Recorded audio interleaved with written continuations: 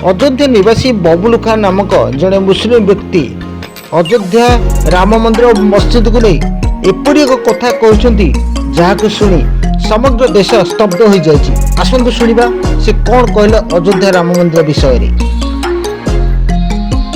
श्री रामलला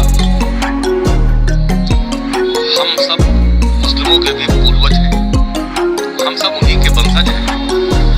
जो मुकदमा लड़ रहे थे वो व्यक्तिगत अपना दुकान चला रहे थे, पूरा देश मुकदमा नहीं लड़ रहा था, पूरे देश का मुस्लिम समाज मुकदमा नहीं लड़ रहा था।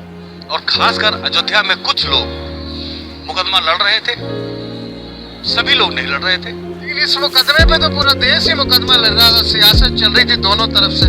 देखिए, जो सियासत चल रही थी वो अपना एक सस्ती लोकप्रियता हासिल करने की वो सियासत थी।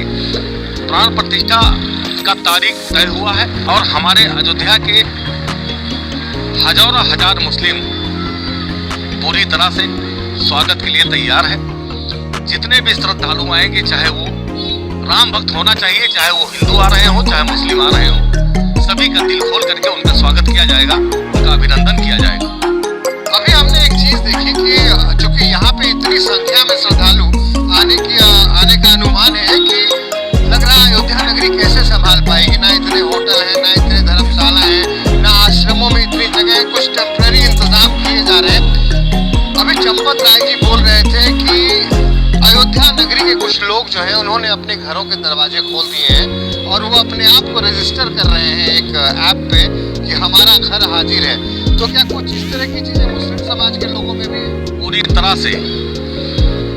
तरह से अभी निर्माण कार्य चल रहा है, धीरे धीरे व्यवस्थाएं होंगी, लेकिन अगर व्यवस्थाएं में जरा थोड़ा बहुत अगर कमी हो रहा है तो यहाँ पर हिंदू मुस्लिम सब एक हैं। सभी लोगों ने अपना घर का दरवाजा खोल रखा है। जरूरत पड़ेगी तो हम लोग टेंट लगा करके कहीं रोड पर सो जाएंगे, लेकिन अपने श्रद्धालुओं को कभी रोड पर नहीं सोने देंगे। अपने